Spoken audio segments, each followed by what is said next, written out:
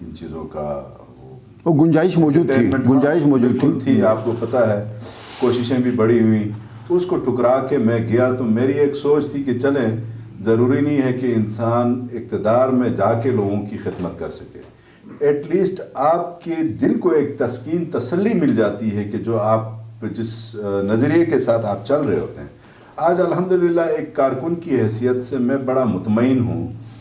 اس prime minister جس نے پاکستان میں بہت سارے ایسے کام کر دکھائے ہیں جو اس سے پہلے وزرائے اعظم، صدور، مہنگائی بہت دیکھیں یہ ایسی ایک چیز ہے، مہنگائی کا کنٹرول بھی ہوگا. آپ موضوع تنگ کے دور کو لے لیں، چائنا کے اندر پاکستان سے بہت پیچھے تھا چائنا. یہ 60s اور 70s کی بات ہے. انہوں نے ترقی کرنے کے لیے انہوں نے اپنا ایک ٹارگٹ سیٹ کیا، پیرامیٹر انہوں نے سیٹ کیا کہ جی ہم نے بجائے 2 روٹیاں جو کھاتا ہے ان کا احکامات اوپر سے جاری ہو گئے، جی 1 روٹی کے اوپر آ جاؤ. جو 1 روٹی کھاتا ہے وہ آدھی روٹی کے اوپر آ گیا. تو یہ قومیں تو بنتی اس لیے. اور فتح اللہ خان صاحب 22 سال کی عمر میں 2004 میں الیکشن کے میدان میں کود پڑے، ایج فیکٹر بیچ میں آ گیا، آپ الیکشن نہیں لڑ سکے. 2009 میں آپ الیکشن لڑے، غالباً تیسرے نمبر پہ آپ تھے، چوتھے پہ تھے، تیسرے پہ اورنگزیب ایڈوکیٹ تھے غالباً. اورنگزیب 7ویں نمبر پہ تھا. اچھا، پہلے نمبر پہ دیدار صاحب جیتے تھے 9 میں، دوسرے پہ میرے خیال میں جمیل صاحب تھے، تیسرے پہ حفیظ اور چوتھے پہ پریکٹس سے اس کے دوسرے نمبر پہ آنا ابھی تک روایت برقرار رکھی. 2009 میں وہ بدقسمت آدمی ہے جس کی فیڈرل میں گورنمنٹ تھی، پھر بھی وہ لوز کر گیا.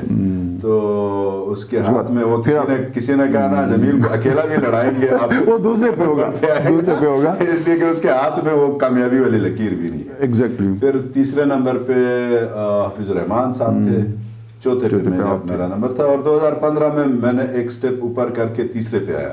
اب یہاں ایک بڑا امپورٹنٹ سوال، بہت سارے لوگ نا یہ پی پی اور پی ایم ایل این کے لوگ کہ جی یہ کس طرح سے جیتا ہے.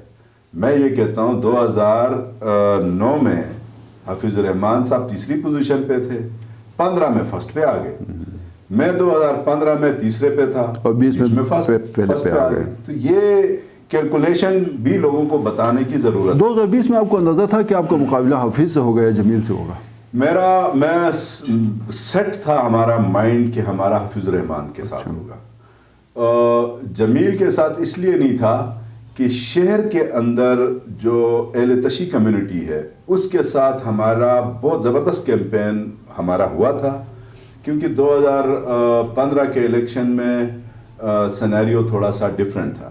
اس دفعہ مجھے اہل تشیعوں سے، اسماعیلیوں سے، ایون سٹی کے اندر سے میں نے 2700 ووٹ لیا ہے، اور یہ تینوں کمیونٹیز کا ووٹ ہے. تو اس لیے میں سمجھتا تھا کہ میرا مقابلہ حفیظ الرحمان سے ہوگا، کیونکہ آخر میں اس نے مذہبی کارڈ بھی کھیلنا اس نے شروع کیا تھا. باوجود اس کے ہم سمجھتے تھے کہ ہمارا مقابلہ نون سے ہوگا، لیکن اتنا فرق بھی نہیں تھا، کوئی 1200-1300 کا ہمارا. اور یہ حلقہ نمبر 2 پورے ملک میں زیر بحث رہا. 15 نومبر کو الیکشن ہوئے، 16 تاریخ کے بعد کبھی فتح اللہ خان کی کامیابی پہ جشن منا رہے ہیں، کبھی جمیل جشن منا رہا ہے. اختتام 23 نومبر کو پھر وہ جو گلگت شہر کے میں بہت سارے گراؤ جلاؤ اور وہ پرتشدد مظاہرے ہوئے جن کو ہمارے دشمن ملک نے بہت ہی ایک نیگیٹو انداز میں پیش کیا کہ جی گلگت بلتستان میں پاکستان کے خلاف جو ہے نا لوگ سڑکوں پہ نکل آئے. تو اس کے بعد پھر ایک آپ کی کامیابی کا نوٹیفیکیشن ہو گیا. تو آپ کیا سمجھتے ہیں کہ یہاں پہ غلطی کس کی تھی؟ کیا 15 تاریخ کو ہی آپ کا رزلٹ اناؤنس کر کے اس چیز کو ختم نہیں کیا جا سکتا تھا؟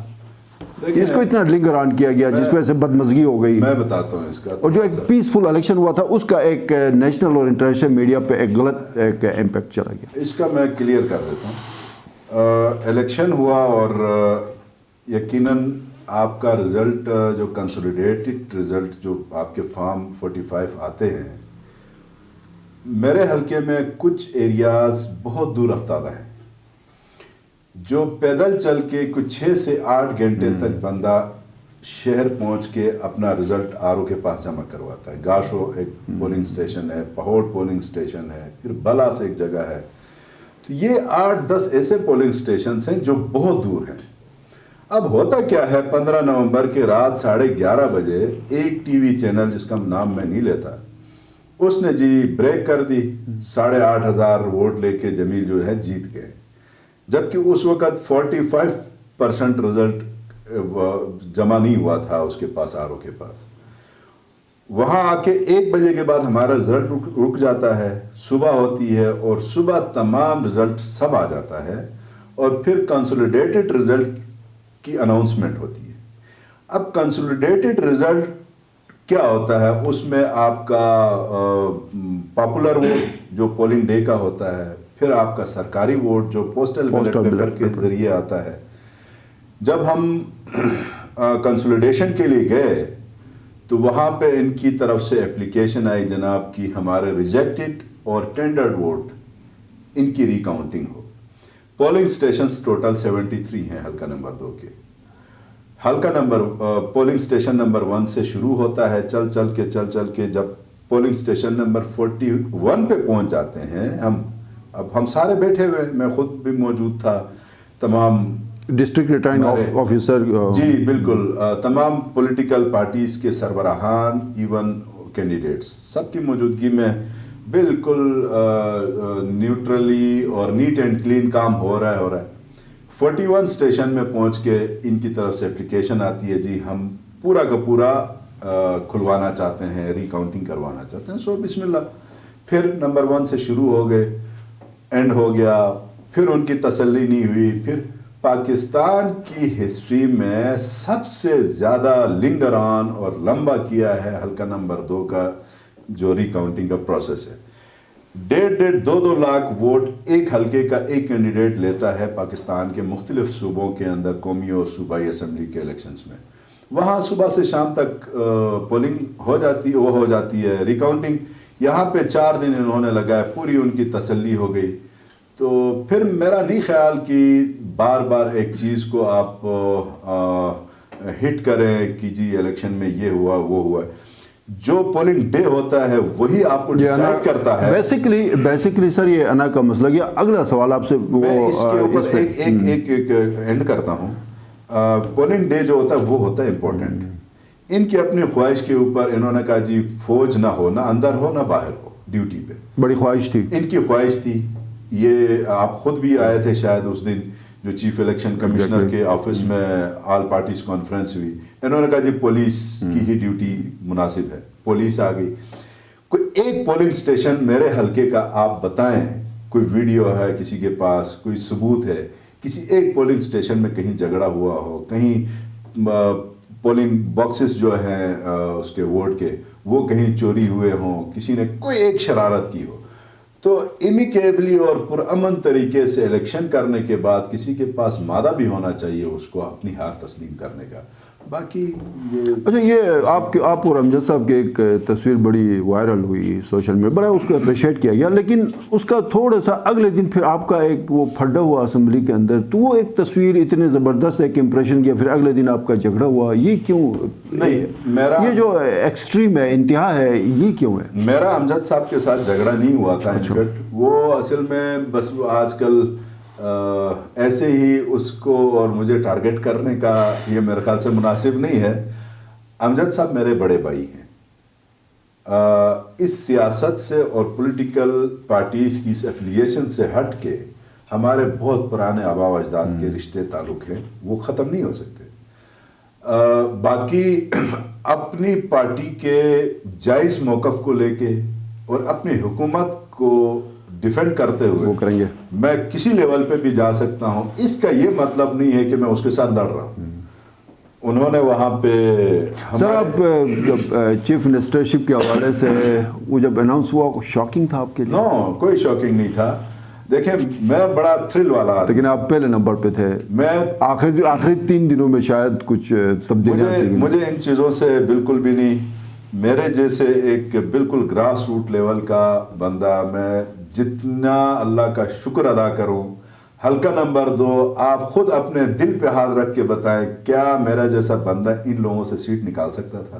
آپ سب تو مجھے 0 سے ضرب دے رہے تھے، لیکن بس پاپولر ووٹ میرا زیادہ تھا، میرے جلسے اچھے ہوئے، ریلیاں میری اچھی ہوئی، میرے ساتھ یقین کریں میرے پورے حلقے کا جو ایلیٹ کلاس ہے 100% میرا مخالف تھا. تمام غریبوں نے مجھے جس طرح محبت کے ساتھ ووٹ دیا ہے توقعات پہ پورا اتریں گے. پوری کوشش ہوگی. اللہ تعالیٰ مجھے توفیق دے کہ میں ان کی توقعات پہ پورا اتروں. پانی، بجلی، ہیلتھ، ایجوکیشن، گلگت شہر بدقسمت شہر ہے، جو بدقسمت شہر ہے. اس کے اوپر بوجھ زیادہ ہے. باہر کے لوگ یہاں پہ سیٹل زیادہ ہیں. کھاتے پیتے سب گلگت شہر کا.